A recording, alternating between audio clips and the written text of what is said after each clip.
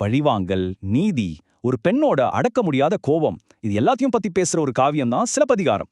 ஒரு சாதாரண பெண் எப்படி ஒரு தெய்வமா ஆனாங்க, அதுவும் ஒரே ஒரு சிலம்பால. அந்த கதையை தான் நாம இன்னைக்கு பார்க்க போறோம். சென்னை மெரினா பீச்சுக்கு போனீங்கன்னா இந்த கம்பீரமான சிலையை கண்டிப்பா பார்த்திருப்பீங்க. கையில ஒரு சிலம்போட ரொம்ப ஆக்ரோஷமா நிக்கிறாங்க இல்லையா? இவங்க யாருன்னு தெரியுமா? இவங்க ஒரு காவியத்தோட நாயகி. ஆனா ஆச்சரியம் என்னன்னா, இவங்க ஒரு ராணியோ இளவரசியோ கிடையாது. ஒரு சாதாரண வியாபாரியோட மனைவி. அப்ப எப்படி இவங்களுக்கு இவ்ளோ பெரிய சிலை? எப்படி இவங்க ஒரு தெய்வமா ஆனாங்க? வாங்க, அந்த மர்மமான கதையை கொஞ்சம் விரிவா பார்க்கலாம். ஆமாங்க, இதுதான் இந்த கதையோடைய முக்கியமான கேள்வி. ஒரே ஒரு நகை, அதாவது ஒரு சிலம்பு, எப்படி ஒரு பக்தியுள்ள மனைவிய பழிவாங்கிற தெய்வமா மாத்துச்சு? வாங்க தெரிஞ்சுக்கலாம். இந்த கேள்விக்கு பதில் வேணும்னா நம்ம கதையோட ஆரம்பத்துக்கு போகணும். அங்கதான் கண்ணகி அப்படிங்கிற அந்த வஞ்சிக்கப்பட்ட மனைவியை நம்ம சந்திக்கிறோம்.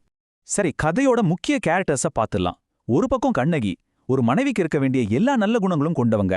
இன்னொரு பக்கம் அவங்களோட கணவர் கோவலன், ரொம்ப அழகானவர், வசதியானவர், ஆனா கலைகள், அழகுன்னு சிற்றின்பங்கள்ல சுலபமா மயங்கிடுற ஒரு பலவீனமான ஆள். இவங்க 2 பேரோட வாழ்க்கையில தான் விதி விளையாட ஆரம்பிக்குது. கோவலனோட பார்வை மாதவிங்கிற ஒரு ஆடல் அழகி மேல திரும்புது. அவளுக்காக தன்னோட சொத்து சொகம் எல்லாத்தையுமே இழந்துடுறான். இதெல்லாம் நடக்கும்போது கண்ணகி என்ன செஞ்சாங்க தெரியுமா? எதுவுமே பேசல, எல்லாத்தையும் பொறுத்துக்கிட்டாங்க. ஆனா அந்த அமைதிக்கு பின்னாடி ஒரு பெரிய புயல் உருவாகிட்டு இருந்துச்சு. கையில காசு இல்லாம எல்லாத்தையும் இழந்ததுக்கு அப்புறம் கோவலன் திரும்பவும் கண்ணகி கிட்டயே வர்றான். அப்பவும் கண்ணகி அவனை ஏத்துக்கிட்டாங்க. ஒரு புது வாழ்க்கையை ஆரம்பிக்கிறதுக்காக தங்கிட்ட மிச்சம் இருந்த ஒரே சொத்தான தன்னோட மாணிக்க சிலம்புகளை கொடுக்கறாங்க. இந்த சிலம்பு தான் மொத்த கதையுமே மாற்றப் போகுது. ஒரு புது நம்பிக்கையோட அவங்க மதுரைக்குள்ள கால் வைக்கிறாங்க. ஆனா மதுரையில அவங்களுக்காக ஒரு பெரிய சோகம் காத்துட்டு இருந்துச்சு. ஒரு தவறான தீர்ப்பு அவங்க வாழ்க்கையே புரட்டி போட போகுது. சரி, மதுரைக்கு வந்தாச்சு, புதுசா வாழ்க்கைய ஆரம்பிக்கணும். அதுக்காக ஒரு சிலம்ப விக்கலான்னு முடிவு பண்றாங்க. கோவலன் கண்ணகிய ஊருக்கு வெளியிலே இருக்க சொல்லிட்டு சிலம்ப விக்கிறதுக்காக மட்டும் தனியா ஊருக்குள்ள போறான். அங்க அவன் ஒரு பொற்கொள்ளனை பாக்குறான். சிக்கல் என்னன்னா, அந்த பொற்கொள்ளன் தான் கொஞ்ச நாளைக்கு முன்னாடி ராணியோட சிலம்ப திருடினவன். அந்த பொற்கொள்ளன் தான் செஞ்ச தப்ப மறைக்கிறதுக்காக ரொம்ப சுலபமா கோவலன் மேல பழிய தூக்கி போட்டுறான். விஷயத்தை கேட்ட மன்னனும் சரியா விசாரிக்காம அவசரப்பட்டு கோவலனுக்கு மரண தண்டனை விதிச்சிடுறாரு. ஒரே நிமிஷத்துல எடுக்கப்பட்ட ஒரு தவறான முடிவு ஒரு அப்பாவி உயிரை பறிச்சிடுச்சு. இப்பதான் நாம கதையோட கிளைமேக்ஸுக்கு வர்றோம். கண்ணகி பாண்டிய மன்னனையே நேருக்கு நேரா சந்திக்க போறாங்க. என்ன நடக்க போகுதோ? கணவன் கொல்லப்பட்ட செய்தியை கேட்டதும் அது வரைக்கும் அமைதியா இருந்த கண்ணகி மொத்தமா மாறுறாங்க. அவங்க ஒரு பாதிக்கப்பட்ட விதவையா அழுதுகிட்டே போகல. கோபம் கொப்பளிக்க நீதி கேட்கிற ஒரு போராளியா அரசவைக்குள்ள நுழையறாங்க.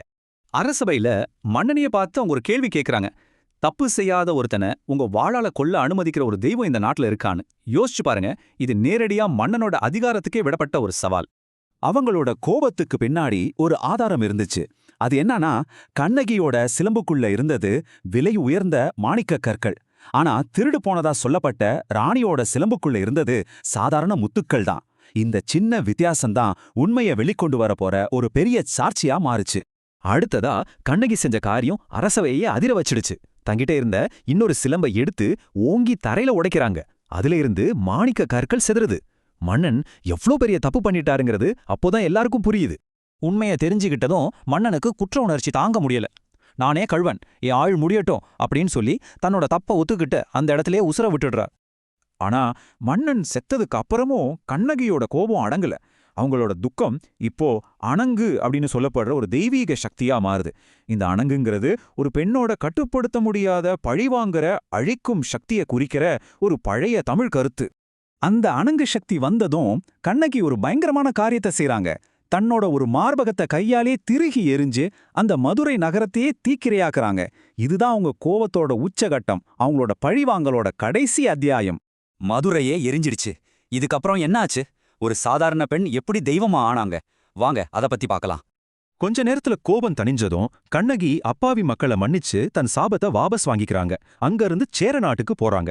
அங்கதான் அவங்க விண்ணுலகம் அடைந்து ஒரு தெய்வமா மாறுறாங்க. அதுக்கப்புறம் சேர மன்னன் அவங்களுக்கு ஒரு கோயில் கட்டுறான். அன்று முதல் கண்ணகி கற்புக்கும் நீதிக்கும் உரிய தெய்வமா வணங்கப்படுறாங்க. இந்த கதை பல 100 வருஷங்களுக்கு முன்னாடி நடந்திருந்தாலும் இன்னைக்கும் கண்ணகி நம்ம மத்தியில வாழ்ந்துட்டு தான் இருக்காங்க. தமிழ் கலாச்சாரத்தோட ஒரு முக்கியமான அடையாளமா அவங்க இருக்காங்க. நீதிக்காக போராடுறதோட ஒரு சக்தி வாய்ந்த சின்னமா இந்த சிலை நிக்குது. இந்த கதையோட தாக்கம் எந்த அளவுக்கு இருக்குன்னு தெரிஞ்சுக்க ஒரு சின்ன உதாரணம் சொல்றேன். கொஞ்ச வருஷத்துக்கு முன்னாடி ரோடு வேலைக்காக இந்த சிலைய தற்காலிகமா எடுத்தாங்க. ஆனா மக்கள் பெரிய போராட்டம் நடத்தி உடனே அந்த சிலைய பழைய இடத்திலேயே வைக்க சொன்னாங்க. இதுல இருந்தே தெரியுது இல்லையா, கண்ணகிங்கிறது வெறும் கதை இல்ல, அது மக்களோட உணர்வோட கலந்த ஒரு விஷயம்னு. கடைசியா இந்த காவியம் நம்ம மனசுல ஒரு பெரிய கேள்வியை விட்டுட்டு போகுது. நமக்கு நீதி கிடைக்கலனா பழி வாங்குறது தான் ஒரே வழியா? அப்படி பழி வாங்கினா அதோட விலை என்னவா இருக்கும்? இத பத்தி நீங்க என்ன நினைக்கிறீங்க?